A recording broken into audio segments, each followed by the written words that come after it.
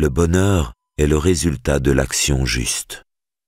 André Comte-Sponville, de l'autre côté du désespoir.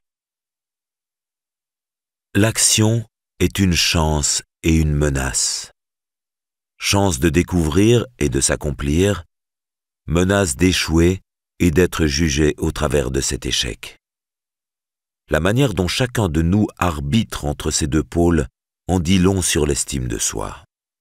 Et la manière aussi dont l'action est précédée d'anticipation plus ou moins inquiète, suivie de rumination plus ou moins réaliste, raconte aussi beaucoup sur nous.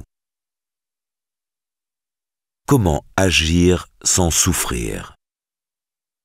Agir est nécessaire, certes, mais pas dans n'importe quel état d'esprit et à n'importe quel prix. Le pire est clairement de faire des évitements un style de vie et un moyen de protéger son estime de soi. Mais il y a aussi du moins pire, car il existe beaucoup de manières de transformer l'action en douleur, et beaucoup de moments où il nous est possible de le faire. Je ne parle ici que des actions significatives pour l'estime de soi, celles dont le résultat, ou pire, le déroulement tout entier, seront exposés au regard et au jugement d'autrui. Car les actions intimes, dont les conséquences ne concernent que nous, ne sont pas soumises aux mêmes intensités de pression émotionnelle. Avant l'action, se tourmenter, c'est l'anxiété d'anticipation, au point de s'en rendre malade. Un des plus purs messages sur l'inanité et sur l'inefficacité de ces inquiétudes anticipées nous est donné dans la Bible par les sombres lamentations de l'Ecclésiaste. Si tu t'inquiètes du vent, tu ne sèmeras jamais. Si tu scrutes les nuages, tu n'auras pas de récolte. Mais s'inquiéter n'empêche pas de réussir. Combien de personnes à haute performance sociale, acteurs, dirigeants, musiciens professionnels, passent ainsi une vie entière à se montrer très performants, vus de l'extérieur, mais vivent leur performance dans une souffrance incroyable et durable. La souffrance vaut aussi pour leur entourage, conjoints et enfants, qui paieront eux aussi contents le stress de la star performante qui doute et tremble et fait régner à la maison une ambiance de grande tension. Seule l'importance de leur gratification en retour, que ce soit l'argent, le prestige ou la notoriété, permet à ces personnes de continuer. Elles seules savent l'écart entre leur personnage public et leur fragilité intime. Pendant l'action, agir de manière inquiète, tendue, en étant tout entier obsédé par le risque d'échec. D'où surveillance inquiète des réactions et commentaires d'autrui, auxquels on devient très réactif et sensible. En général, à de tels niveaux d'inquiétude, on n'arrive pas à s'oublier dans l'action. On reste fixé sur soi, sa crainte et sur les conséquences d'une erreur ou d'un ratage. Au pire, cela peut altérer la performance. Au mieux, la performance ne souffre pas, mais il est impossible à la personne d'arriver à prendre le moindre plaisir à l'action conduite. Après l'action. Certes, il y a un net soulagement si le succès est au rendez-vous, mais il est hélas rapidement suivi, car lors des problèmes d'estime de soi, le succès ne guérit jamais la peur de l'échec, des angoisses anticipées pour la prochaine performance. Étonnamment, ces angoisses sont parfois même redoublées par le succès, particulièrement chez les personnes à basse estime de soi. Maintenant, on m'attend au tournant. Je dois confirmer pour ne pas décevoir mes amis et pour ne pas réjouir mes ennemis. En cas d'échec, il y aura évidemment des ruminations douloureuses, d'autant plus prolongées que l'estime de soi est basse. Avec une agressivité importante envers autrui, si l'on a une haute estime de soi fragile, et un désir éperdu de consolation si l'on a une basse estime de soi. Il est donc indispensable de réfléchir aux règles de l'action sereine. Multiplier les actions pour banaliser la peur de l'action. L'action doit devenir comme une respiration de l'estime de soi, comme une manière habituelle de vérifier ses angoisses et ses espoirs, de rajuster ses illusions positives, mais aussi d'en faire naître de nouvelles. Elle doit être une ascèse, du grec askésis, exercice, pratique, de l'estime de soi. Nous sommes ce que nous répétons chaque jour, écrivait Aristote. Il faut donc répéter. Mais ce n'est pas évident pour les sujets à basse estime de soi. Moins on agit, plus on redoute de le faire. L'action raréfiée et le manque d'habitude qui en découle nous fait grandir les obstacles, grandir les inconvénients des échecs, grandir la difficulté des contretemps possibles. Nous fait aussi idéaliser ce qu'est agir. À moins de le faire parfaitement, nous ne nous en donnons plus le droit.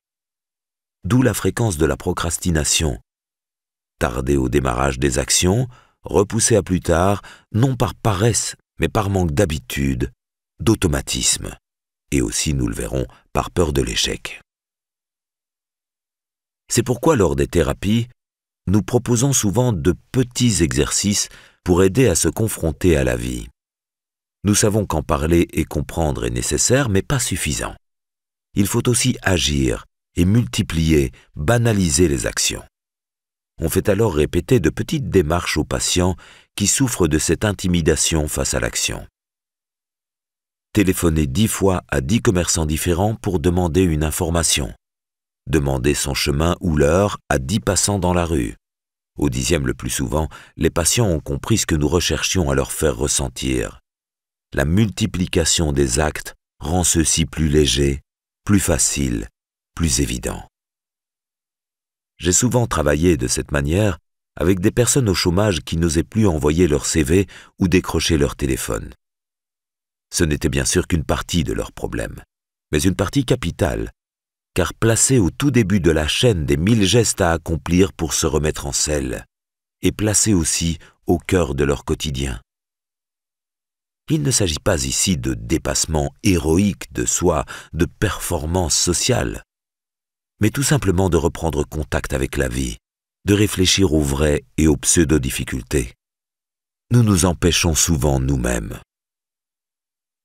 En matière d'estime de soi, le slogan « Penser global, agir local » est parfaitement adapté. Il faut transformer nos réflexions globales en actions locales.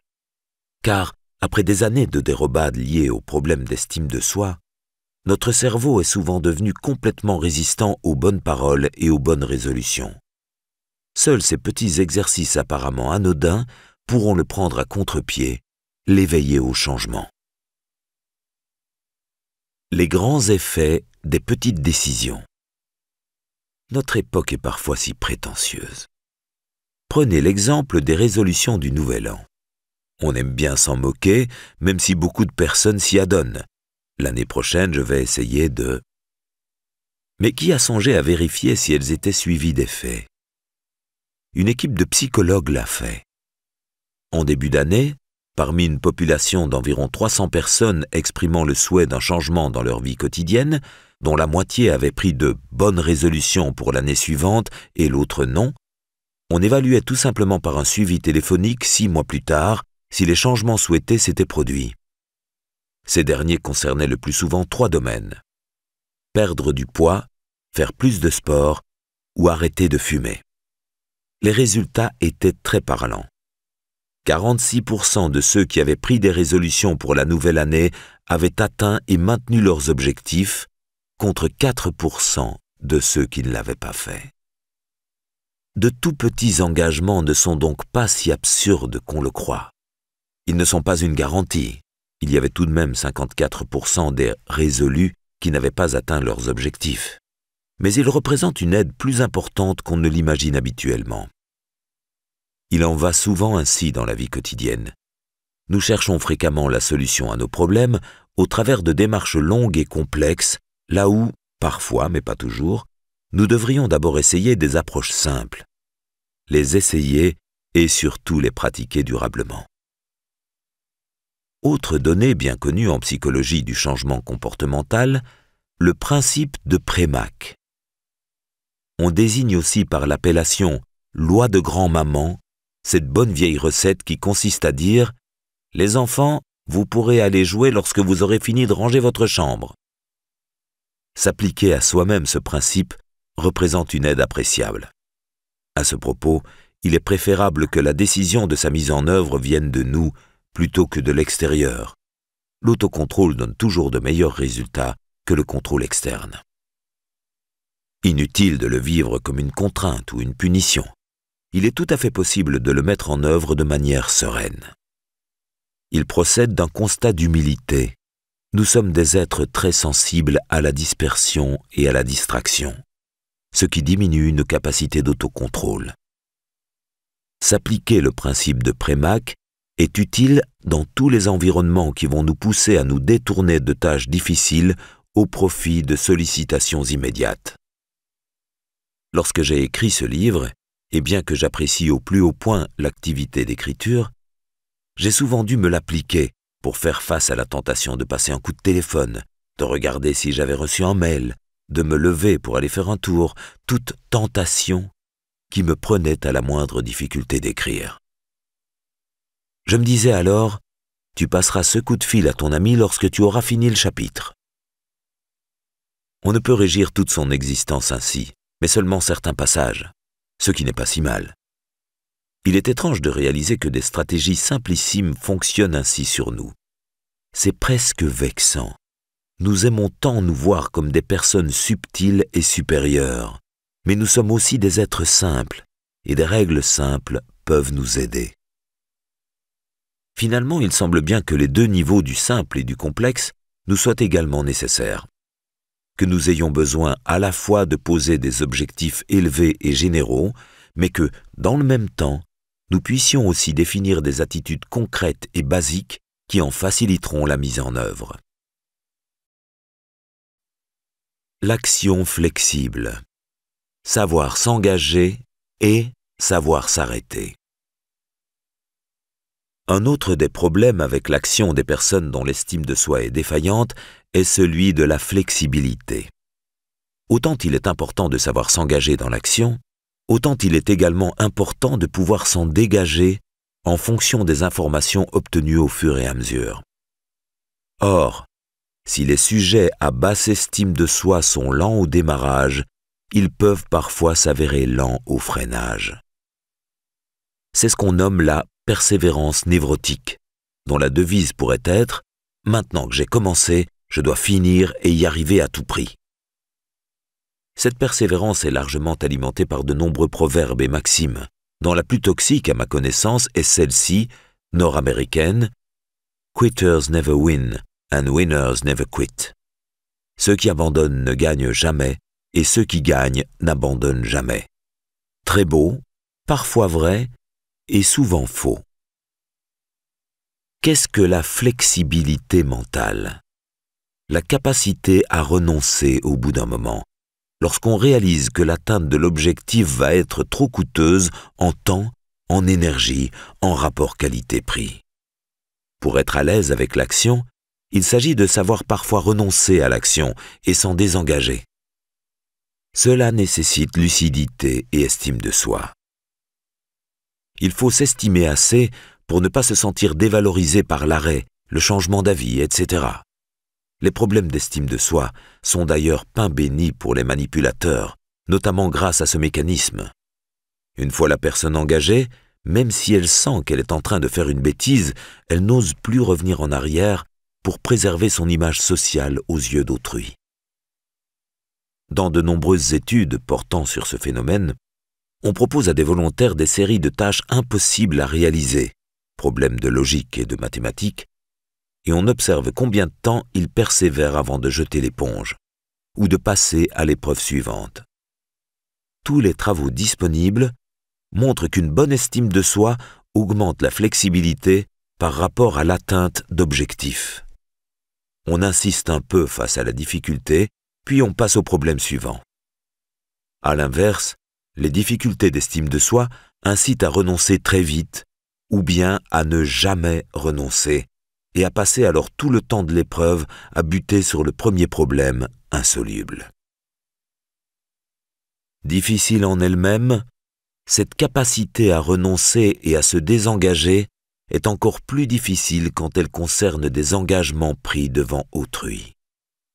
Là encore, tous les travaux sur la manipulation montrent qu'il s'agit d'un piège efficace pour faire agir les gens contre leurs intérêts. Il faut connaître cette tendance et se donner des droits tels que le droit de se tromper, le droit de s'arrêter, le droit de changer d'avis, le droit de décevoir, le droit d'arriver à un résultat imparfait. Faute de quoi, nous serons des victimes éventuelles de toutes les possibilités de manipulation et aussi les victimes de nous-mêmes et de notre entêtement. Ne jamais revenir sur sa parole ou sa décision. Les stéréotypes sociaux survalorisent le fait de ne jamais changer d'avis. Prenons-y garde. Il est important aussi d'admettre qu'il y a des problèmes que l'on ne pourra régler parfaitement, des solutions que l'on ne pourra établir que bancales. Le perfectionnisme rigide, nous allons le voir, est lui aussi un ennemi de l'estime de soi.